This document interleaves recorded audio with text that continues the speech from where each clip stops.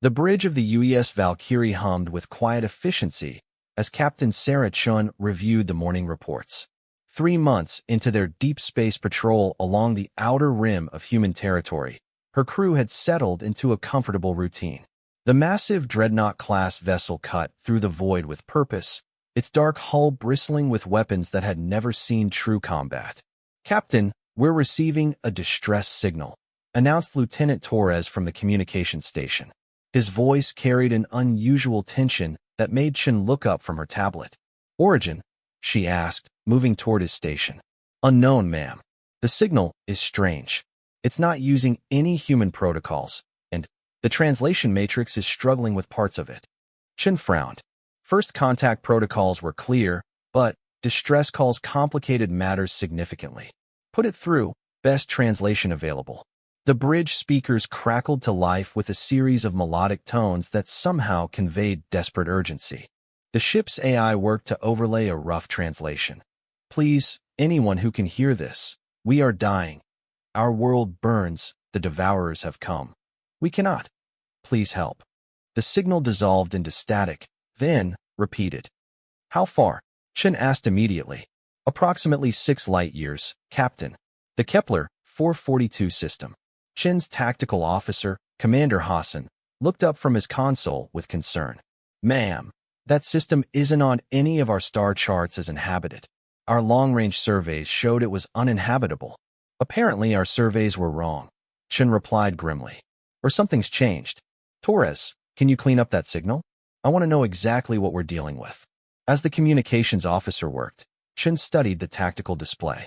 The Kepler 442 system was just beyond the official boundary of human space, in the region they designated as a buffer zone. No human colonies, no regular patrol routes. If someone was out there, they were truly alone.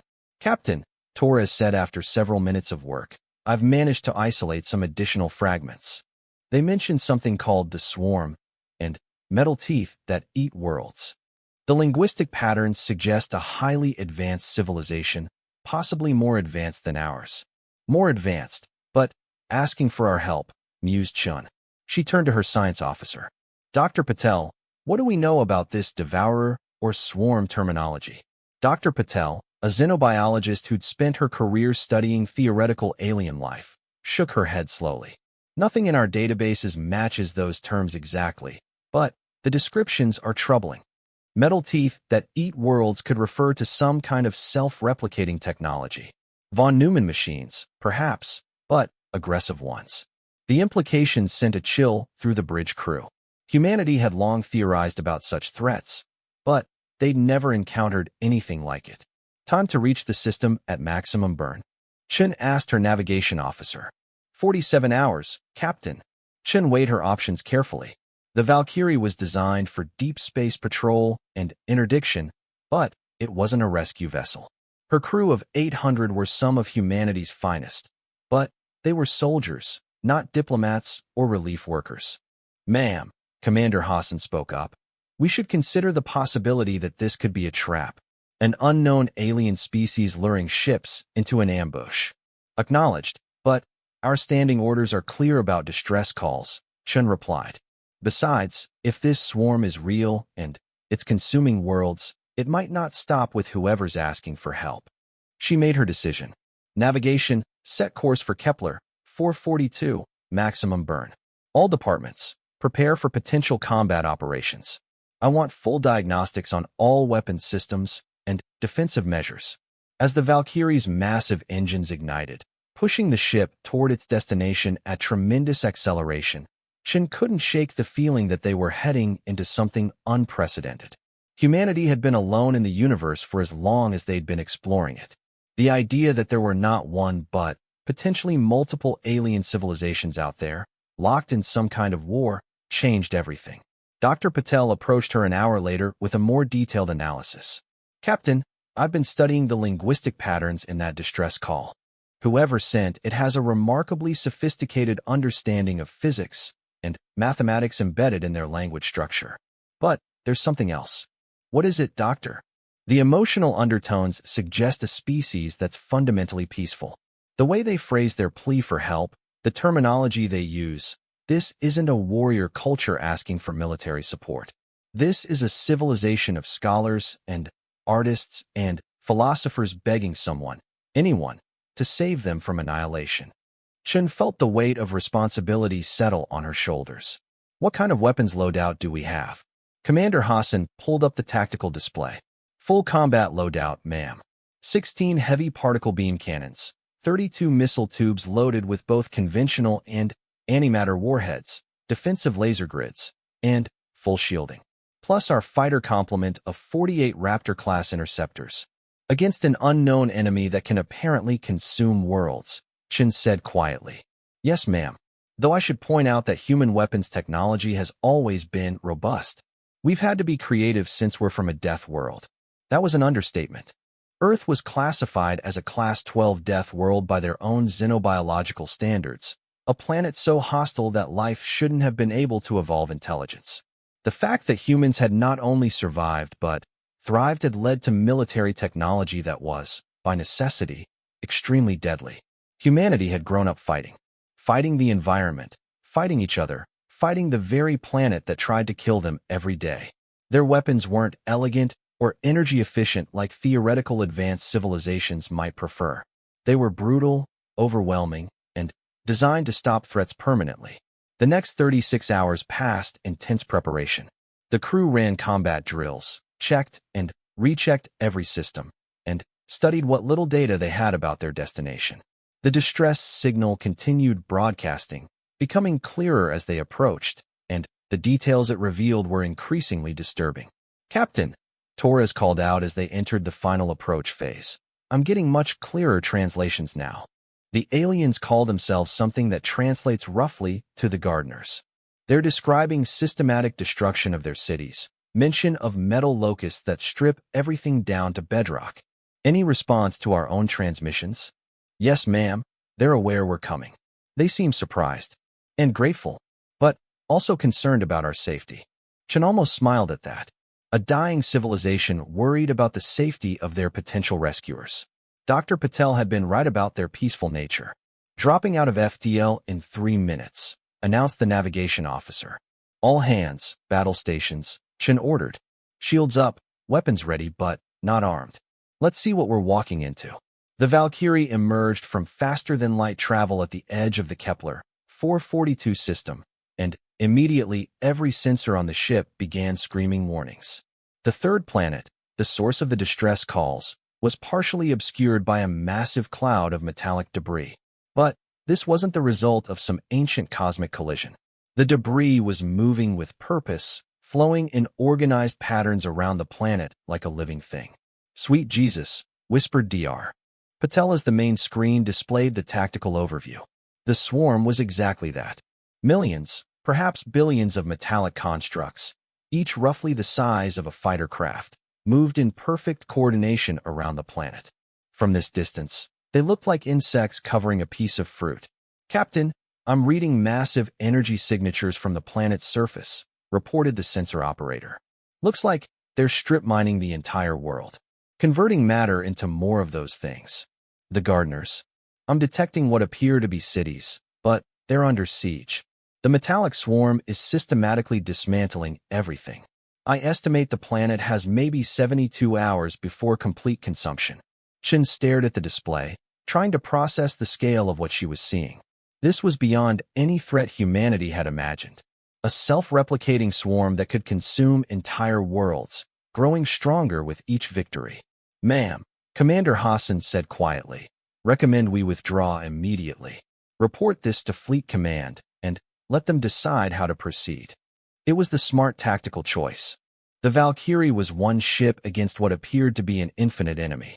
Any military academy would teach that this was a no-win scenario. But Chen thought about the gentle, artistic people crying out for help. She thought about what would happen if this swarm finished with the gardeners, and decided to look for new worlds to consume. Worlds like the human colonies. Negative, Commander. We didn't come here to run away. She turned to the tactical station. Analysis. What do we know about those constructs? The sensor operator worked frantically. They appear to be primarily metallic, operating in perfect coordination. Energy signatures suggest they're powered by some kind of fusion system. Their weapons seemed to be plasma-based, relatively short-range, but high-powered. Weaknesses? Unknown, Captain. But they're operating in dense formations, apparently prioritizing efficiency over defensive positioning. Chen nodded slowly. Dense formations. That was something human weapons could exploit. Commander Hassan, prepare a full missile barrage. I want antimatter warheads on every tube. Target the largest concentration of those things. Captain, Hassan protested. Even our most powerful weapons won't make a significant dent in numbers like that. Maybe not, Chen replied grimly. But we're about to show them what happens when you threaten someone under human protection. She opened a channel to the entire crew. All hands, this is the captain. We've found a peaceful alien civilization under attack by what appears to be a planet-consuming swarm of machines. Our orders are to protect and assist any sentient life we encounter. And that's exactly what we're going to do. She paused, looking around at her bridge crew. I won't lie to you. We're outnumbered by millions to one. This might be a one-way trip. But humanity didn't get where we are by backing down from impossible odds. The response was immediate and unanimous. Not one member of her crew even hesitated. Weapons armed and ready, Captain. Fighter squadrons ready for launch. All systems nominal. Chen felt a fierce pride in her people. This was what made humans dangerous, she realized. Not just their weapons or their technology, but their willingness to fight impossible odds for complete strangers. Take us in, she ordered. Let's introduce the swarm to human hospitality.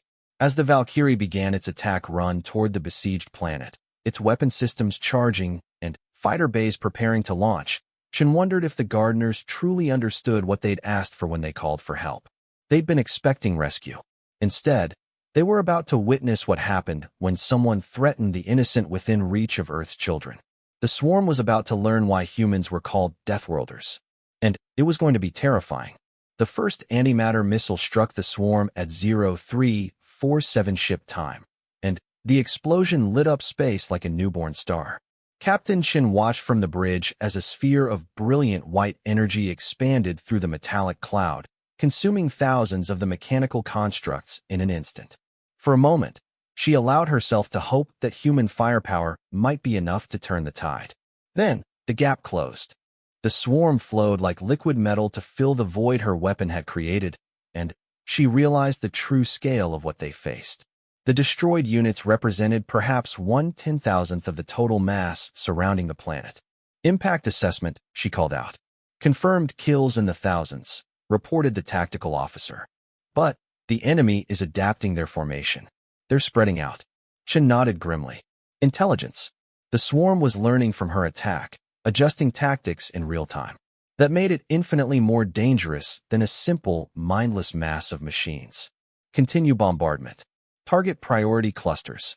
Launch all fighters.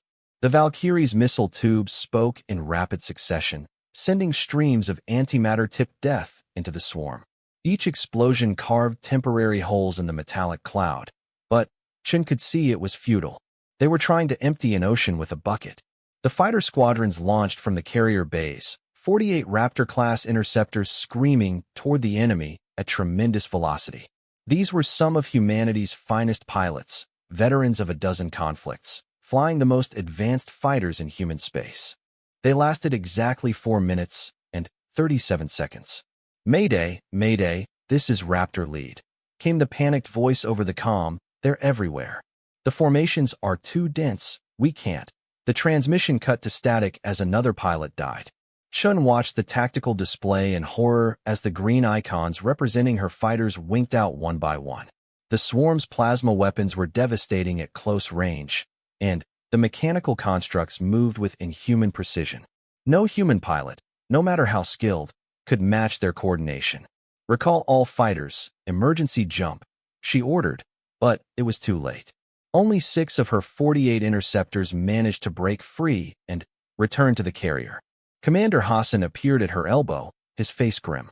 Captain, we've lost 90% of our fighter complement and barely scratched their numbers. Recommend immediate withdrawal. Before Chun could respond, a new voice crackled over the communications system.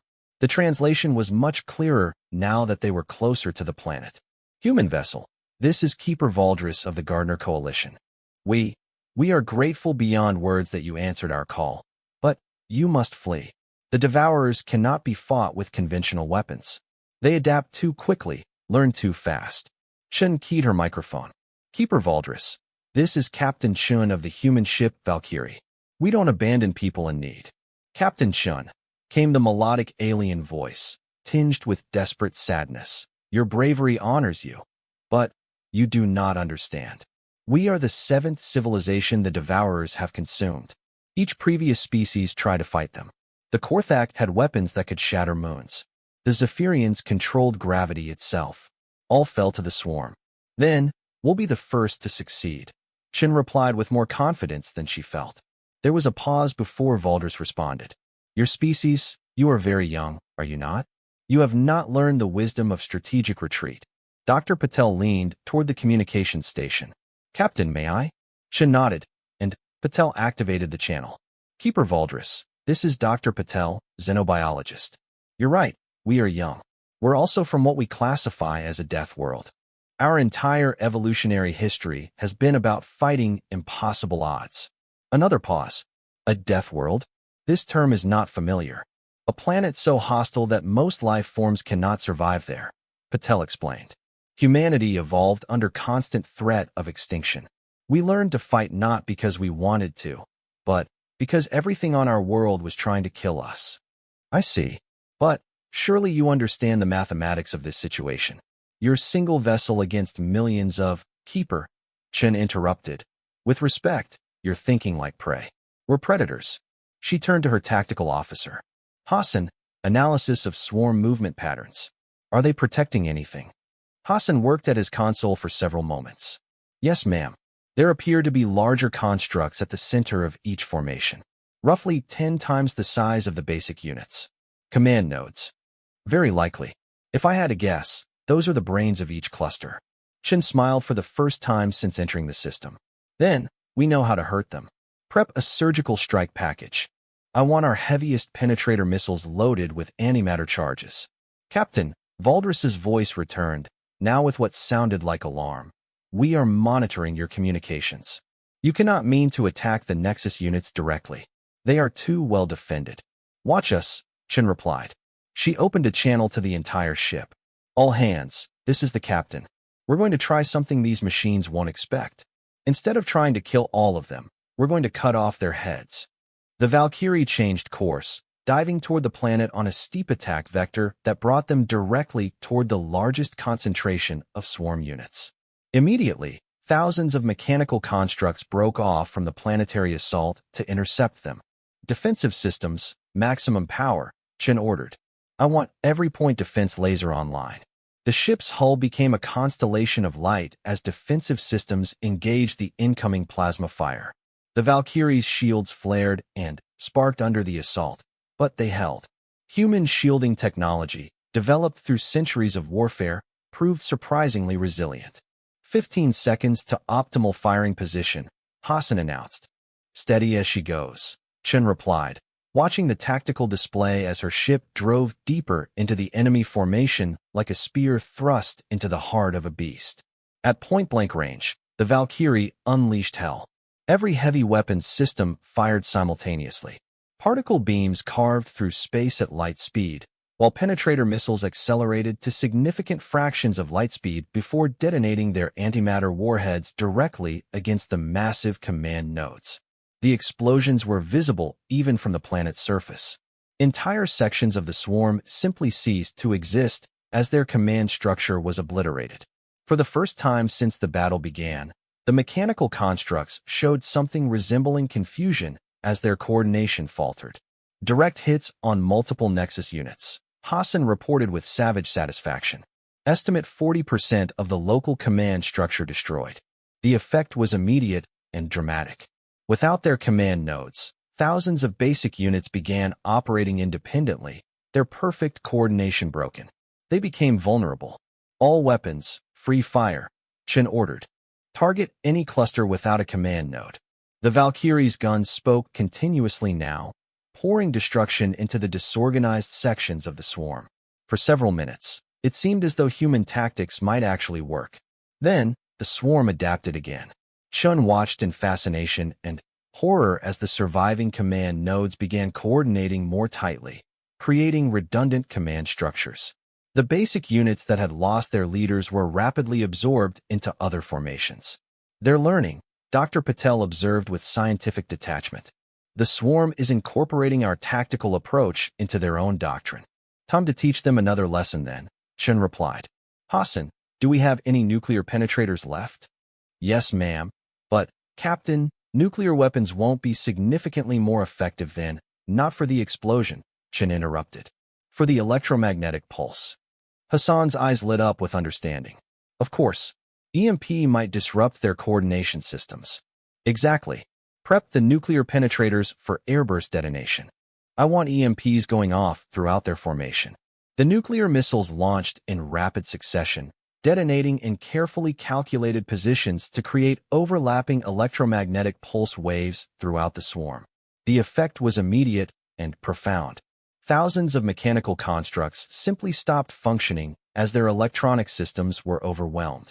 Others began moving erratically, their coordination systems scrambled. For the first time since the battle began, large sections of the swarm were truly vulnerable. Now, Chun shouted, full bombardment on all disabled units. The Valkyrie's weapons systems worked at maximum capacity, destroying crippled swarm units by the thousands. It was the most successful attack of the engagement, but Chun knew it was temporary. Already, she could see the swarm adapting again, hardening their electronics against future EMP attacks. Captain, Valdris's voice returned, now filled with something that might have been awe. Your tactics are unprecedented. No previous civilization attempted to target command structures or employ electromagnetic warfare. Different evolutionary pressures, Chun replied tersely as she studied the tactical display. We learned to fight smart because we couldn't always fight big. But, even as she spoke, she could see the mathematics of the situation. Despite their successes, they destroyed perhaps 5% of the total swarm. The enemy was learning their tactics, adapting countermeasures. Soon, their tricks would stop working. Captain, Hassan said quietly, we're down to 30% ammunition. Shields at 40% power. And the swarm is massing for a coordinated assault. Chun nodded. She'd pushed human tactics as far as they could go against this enemy. Time for something else. Dr. Patel, she said, you've been studying the swarm's behavior. What drives them? What are they really after? The xenobiologist frowned in concentration. From what I can observe, they seem to prioritize raw materials first, but they're also systematically destroying cultural artifacts, art, literature. It's as if they're trying to erase not just the gardeners' bodies, but their entire civilization. Cultural genocide, Chun murmured. They're not just consuming worlds, they're erasing species entirely. A new voice came over the communication system, this one different from Keeper Valdris. Younger, more urgent. Human Captain, this is Tender Kresh. I am what you might call a military advisor, though we gardeners have little experience with warfare. I have been studying your attacks, and I believe I understand your species better now. Go ahead, Tender Kresh. You fight not just with weapons, but with fury, with rage at injustice. This is foreign to us, but I see now why the Devourers cannot predict your actions. You do not fight logically. Chun almost smiled. That's right. We fight emotionally. And, right now, we're very angry. This gives me an idea, Kresh continued. There is something about the Devourers you must know. They are not truly alive, but they are not simple machines either. They possess a form of collective consciousness, distributed across their entire network. A hive mind, Dr. Patel breathed. Yes, and, like any consciousness, it can be shocked. Traumatized. If you could deliver an attack of sufficient psychological impact, not just physical destruction, you might be able to disrupt their collective mind. Chun felt pieces of a plan clicking into place. What kind of psychological impact? Something they have never experienced. Something so alien to their nature that their collective consciousness cannot process it. Hassan looked up from his tactical display. Captain, the swarm is moving to attack formation. Estimate 2 minutes before they reach us. Chun made her decision. It was insane, but insanity seemed to be humanity's greatest advantage in this fight. All hands, prepare for ramming speed, she announced. The bridge erupted in shocked silence. Captain, Hassan said carefully. Did you say ramming speed? You heard correctly, Commander. We're going to do something so stupid, so tactically insane, that it will break their collective mind trying to understand it. She opened a channel to Keeper Valdris. Valdris, I need you to do something for us. I need you to broadcast everything that makes your people beautiful. Your art, your music, your poetry, your philosophy. Everything the swarm is trying to destroy. I do not understand. We're going to give them a choice, Chen explained as the Valkyrie's engines began building to maximum power. Destroy beauty or survive. And we're going to make that choice cost them everything. As the massive human warship began accelerating toward the heart of the swarm, its weapons systems overloading for one final, devastating barrage, Chen realized that the gardeners weren't the only ones about to witness something terrifying. The swarm was about to learn what happened when humans decided to make a point. The Valkyrie's engines screamed as they pushed beyond their design limits, hurling the massive warship directly toward the geometric center of the swarm. Every system aboard the vessel was redlined, emergency klaxons wailing as the ship committed to what appeared to be a suicide run. Captain Chen stood on her bridge, watching the tactical display as thousands of swarm units converged on their position. The enemy's plasma weapons lit up space around them, but the Valkyrie's shields held, boosted beyond safe parameters by her chief engineer's desperate modifications. Valdris, she called over the communications system. Are you broadcasting? Yes, Captain Chun, came the melodic reply, though now tinged with desperate confusion. All of our cultural archives are being transmitted on wide-spectrum frequencies. But, I must ask again, what purpose does this serve as you sacrifice your vessel? Chun smiled grimly as she watched their approach vector. 30 seconds to optimal position. You're about to find out, Keeper. Hassan, status on the surprise package. Commander Hassan's voice was tight with concentration as he worked at his station. Antimatter charges rigged to the main reactor, just like you ordered. When this thing goes off, it'll be visible from the next system over. Dr. Patel looked up from her console, her scientific mind still trying to process the plan. Captain, I've been analyzing the swarm's collective consciousness patterns. If Tender Kresh is correct about their distributed intelligence, the psychological shock of what you're planning might actually work. Might is all we need, Doctor. The swarm's formation began to shift, trying to avoid the incoming human ship, but Chun had calculated for this. The Valkyrie's trajectory would take them through the heart of the largest command cluster, where the most sophisticated Nexus units coordinated the assault on the planet below.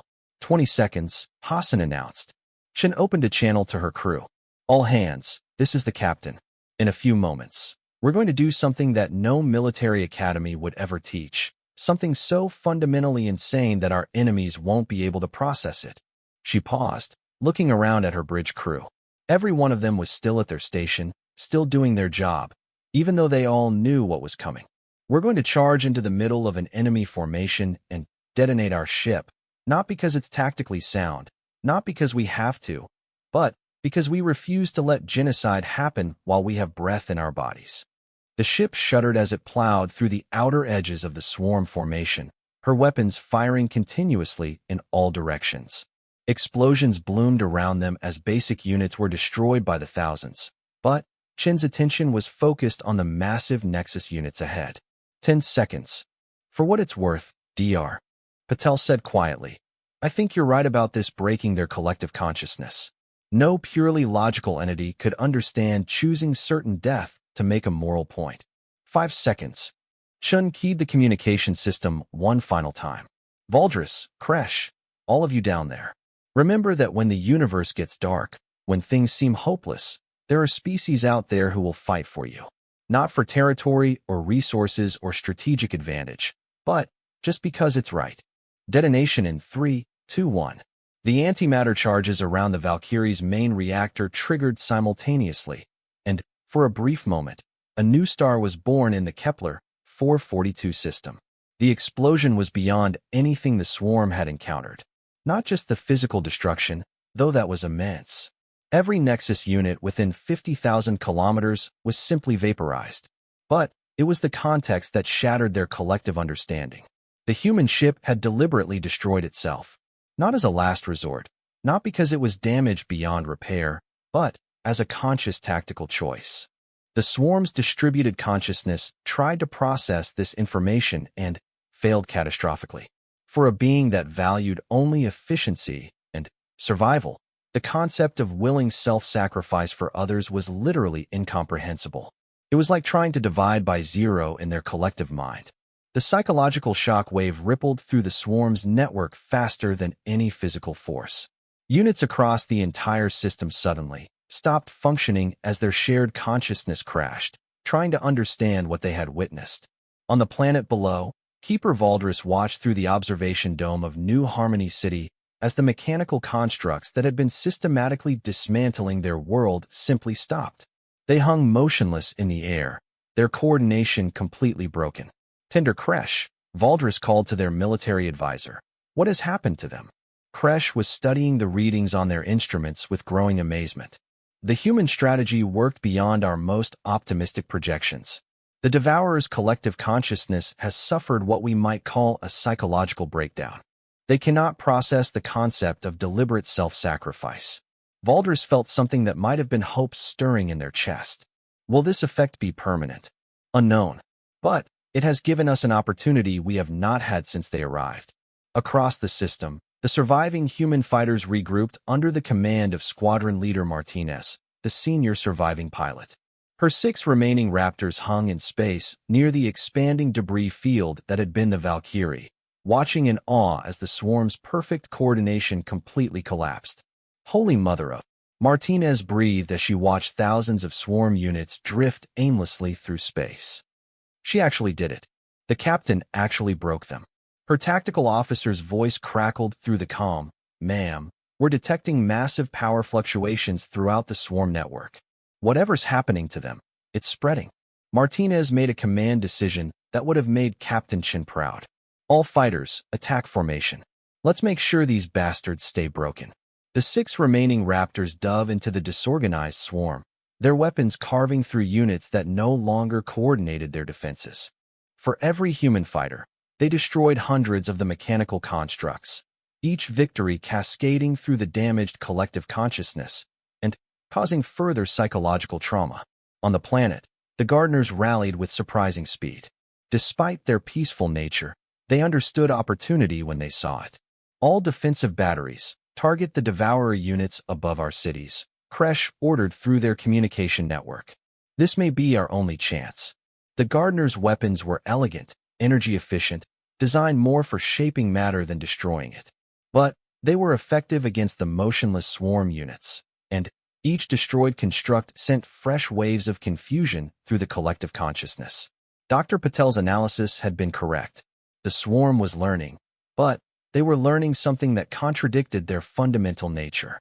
They were trying to understand sacrifice, trying to process the concept of choosing death over survival for the sake of others. Hours passed as the psychological breakdown continued to spread.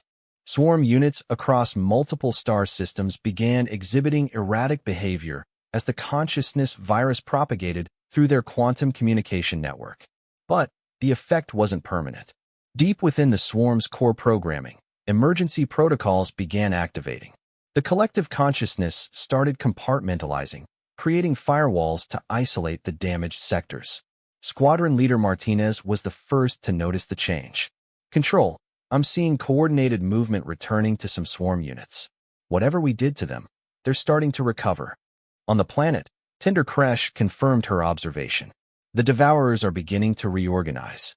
We estimate perhaps 6 hours before they return to full operational status." That was when the second miracle occurred. Long-range sensors detected massive energy signatures at the edge of the system. Faster than light travel signatures, dozens of them, all bearing human identification codes. The first to arrive was the UES Ragnarok, sister ship to the Valkyrie. Captain James Morrison's voice crackled across all frequencies as his dreadnought dropped out of FTL. "This is Captain Morrison of the Ragnarok to any surviving human forces. We received the Valkyrie's emergency beacon and came as fast as we could. What's the situation?" Squadron Leader Martinez had never been so happy to hear another human voice. "Captain Morrison, the Valkyrie is gone, but they took a huge chunk of the enemy with them. The swarm is temporarily disabled, but they're starting to recover. Understood. Stand by for reinforcements.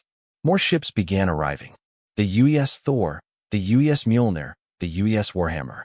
An entire battle group had responded to the Valkyrie's distress beacon, every available ship in the sector racing to assist.